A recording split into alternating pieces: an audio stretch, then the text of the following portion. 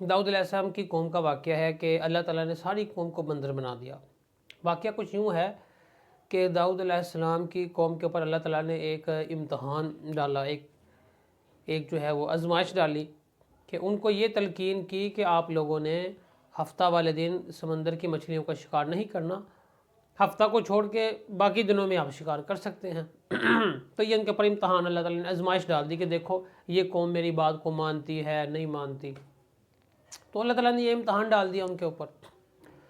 और हफ्ते वाले दिन जब उन्होंने देखा तो हफ्ते वाले दिन मछलियाँ बहुत ज़्यादा आती थी, समुंदर के ऊपर सतह के ऊपर तैरती थी, तो बहुत ज़्यादा मछलियाँ उछल उछल के बाहर आती थी। बाकी दिनों में इतनी ख़ास नहीं थी।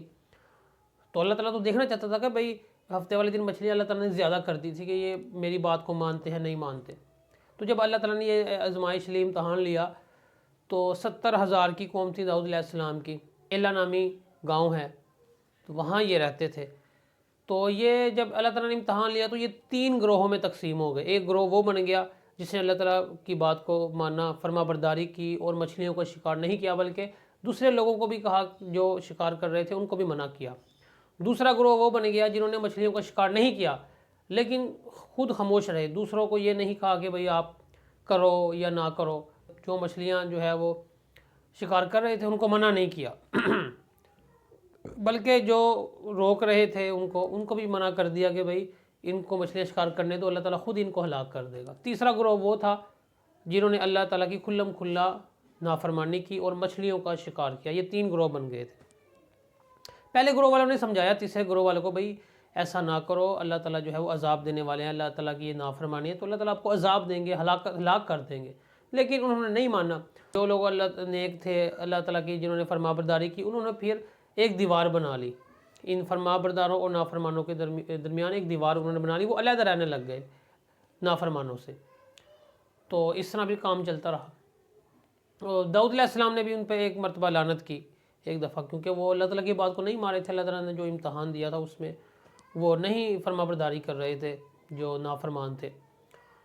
तो इस तरह फिर एक तरफ दीवार के एक तरफ फरमाबरदार लोग रहने लगे, दूसरी तरफ नाफरमान। एक दिन ऐसा हुआ कि नाफरमानों में से कोई बंदा बाहर ही ना आया।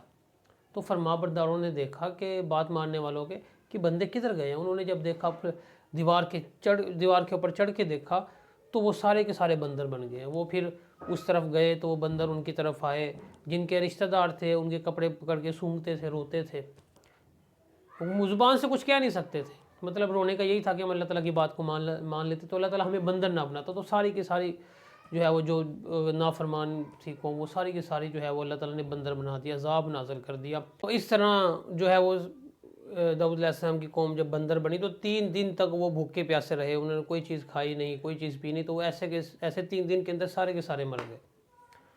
तो अल्लाह ताला अज़ाब देने पे आते हैं तो फिर ऐसे देता है। उन्होंने तो अल्लाह ताला का एक हुक्म तोड़ा था, तो हम कितने हुक्म रोज़ाना तोड़ते हैं अल्लाह ताला के। नमाज़ छोड़ते हैं, अल्लाह ताला 5 वक्त हमें बुलाता है कि नमाज के लिए आओ, नमाज के लिए आओ। हम कहते हैं भाई नमाज हो रही है, हम परवाह ही नहीं करते। अजान हो रही होती है, हम अपने काम में लगे हुए होते हैं। हालांकि अजान हो रही है तो सारा कुछ छोड़ छाड़ के अल्लाह ताला की मस्जिद की तरफ जाएं। अल्लाह ताला देखना चाहता है कि भाई जब मेरी आवाज़, मेरा नाम कानों में पड़ता है, ये अपनी जो है दुकान को छोड़ता है कि नहीं छोड़ता, अपनी मुलाजमत को छोड़ के नमाज़ पढ़ने जाता है कि नहीं जाता, अपनी खेती बाड़ी को छोड़ता है कि नहीं छोड़ता, वज़ीर की कुर्सी पे बैठा हुआ है, मशीर की कुर्सी पे बैठा हुआ है, सदर है, वज़ीर आज़म है, अजान होती है, ये वो चीज़ को छोड़ के जाता है या नहीं जाता। तो ये अल्लाह ताला बुलाते हैं। अल्लाह देखता है कि ये मुझे बड़ा मानता है कि अल्लाह अकबर, कि अल्लाह बड़ा है, कि ये अपने अपने काम को बड़ा समझता है, ये मुझे बड़ा समझता है। अगर अपने काम को बड़ा समझेगा फिर तो वो काम ही करता रहेगा, अल्लाह को बड़ा समझेगा फिर काम छोड़ के अल्लाह की तरफ जाएगा। तो हम कितनी नाफरमानी अल्लाह ताला की करते हैं। ज़कात है, ज़कात नहीं देते, बैंक भरे पड़े हैं, प्रॉपर्टी बना ली है, लेकिन गरीबों को ज़कात नहीं देते। हालांकि सारी माल दौलत किसने दी है? भाई अल्लाह ताला ने दी है। अल्लाह ताला वापस भी ले सकता है। अगर 2.5% सिर्फ ज़कात देनी है, अल्लाह ताला ने आपको 1 करोड़ पे दे ही दिया है, तो सिर्फ 2.5 लाख रुपये अल्लाह जो है वो मांग रहा है, वो भी खुद नहीं ले रहा, वो तो अल्लाह ताला कह रहा है गरीबों में बांट दो। जैसे एक बंदा आपको भाई 1 लाख रुपये देता है, कहता है यार 1 लाख रुपये तेरे हैं, सिर्फ तूने ऐसे करना है, इसमें से 2,500 मुझे दे देना, बाकी तू रख ले। तो बंदा तो खुशी खुशी दे देगा। तो इसी तरह अल्लाह ताला ही कर रहा है। अल्लाह ताला कह रहा है भाई ये पैसे तुम्हारे हैं सारे, तुम रख लो, भी 2.5% मुझे दे दो, जो गरीबों में बांट दो। अगर हम ऐसा करना शुरू कर दें तो कोई गरीब ही ना रहे। غریبوں کا حق کھا رہے ہیں، یہی جو ہے وہ سانپ بن کے، بچھو بن کے جو ہے وہ انسان کو عذاب کے طور پر قیامت کے دن اس کے سامنے لایا جائے گا۔ اللہ نے پیسے دیے ہیں، حج ہی نہیں کرتے، تو اللہ تعالیٰ تو یہ کہتا ہے نا کہ بھئی جس کے پاس پیسے ہیں، استطاعت ہے، لیکن وہ حج نہیں کرتا، تو وہ چاہے یہودی ہو کر مرے یا نصرانی ہو کر مرے، تو پھر اللہ اور نبی کو کوئی پرواہ نہیں اس کی، چاہے وہ یہودی ہو کر مرے یا نصرانی ہو کر مرے۔